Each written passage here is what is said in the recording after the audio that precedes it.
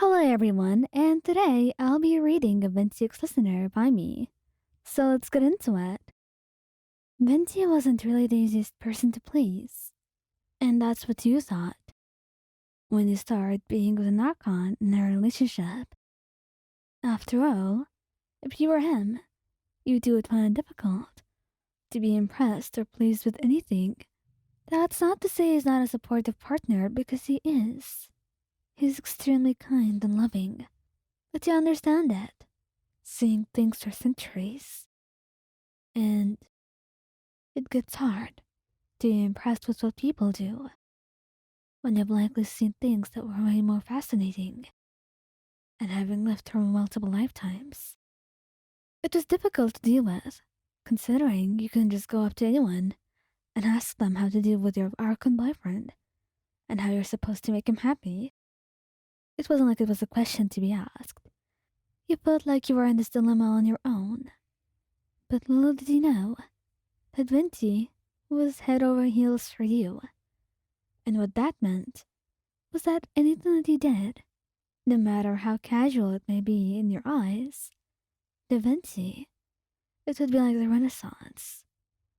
He loved you beyond belief, and anything that you did was amazing to him. He loved you, and to love, it means to appreciate the other person, to cherish them at their most basic state. And he already did that. So whenever you make an effort at anything, Venti appreciates it.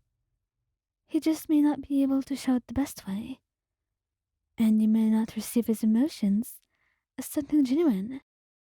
After all, he's incredibly good at masking his own emotions. So when he's trying to be true with them and share them with you, it's kind of a little bit complicated. And anyone would not believe you since you were talking about Venti. But it was true. That was how it was between the two of you. And Venti was working on it. He was truly trying his best here. So you couldn't even judge. But little did you know that even Venti had his own things that would make him act in a way that he would not even expect. When you put on that maid outfit, you really thought he was just going to compliment you, or maybe look at you in some way, or at most give you a kiss, tell you how adorable you look. Anything, really. But not this sort of reaction. As soon as you walked out of your room, Venti's eyes would not leave you. They were looking at your body in ways that you did not even notice, ways that were a little bit too much, that in the end, you did happen to notice them.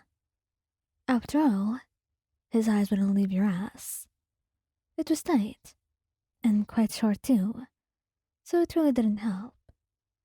And Venti was trying not to blush whenever he looked back at him, trying to act like he was looking at anything else whenever he turned. And it didn't help that he wasn't being subtle. He was really horrible at this, in an adorable way. So after just beating around the bush for a while, he decided that instead of trying to hold himself back and acting like he isn't madly in love with you, he will do something else entirely. Instead, he went over to you, wrapped his arms around your waist. You have no idea what you're doing to me, Mayan. What am I doing to you exactly? So many things that I can't even put to words. Well, you're a poet, aren't you? And a bard too. You wrote me songs. You're quite used to putting your feelings into words. And I'm sure you can come up with a way to put these too. I have a better way then. How about I show you? That's the last thing you said, before you nodded. And the two of you went to your bedroom. Venti wrapping his arms around you and burying his face into your chest, his hand in your hair, stroking it as he marveled at how beautiful you are, how much he wanted to touch you and to love you, and it made you blush. smiling softly as you tried to bury your face into his shoulder, before you just cupped your face into his hands, kissing you over and over until you were breathless. And then, looking at your face, the way you were panting, Venti knew he was doing a very good job. How does it feel, Mayan? How does it feel? It feels good. Venti, don't you think you're getting a little bit too excited? You say, not really knowing how to deal with a situation that you had brought upon yourself. It's kind of different now. You didn't know Venti could be this way. It's not like you hate it. You love him when he's like this.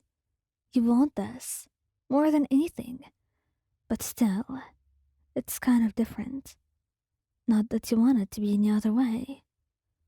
You love it like this, when he's being intense. It's the first time you see him like this. But you can't help but admire it, and love the way that he shows you how much you mean to him. He ends up giving you hickeys on your neck, on your thighs, and everywhere he can get his hands on. And you're exhausted by the end of this. But he keeps you in his arms, smiling, telling you how you're so beautiful. He could write poems about it. How the stars can't even compare to you, even a shred of your beauty. Because to him, you looked as beautiful as the constellations in the sky. Perhaps even more. To him, you were like a bright star, shining brighter than all the others surrounding it. The only one that mattered in Venti's sight. One that he vowed to protect and keep safe and away from harm at all costs. And since you're already safe, he's going to do his very next thing. And that meant spoiling you, endlessly so. He spent time worrying about how he's going to deal with your loss, how he's going to deal with the absence of you that was going to be inevitable, considering how much you were going to live, and how he was immortal.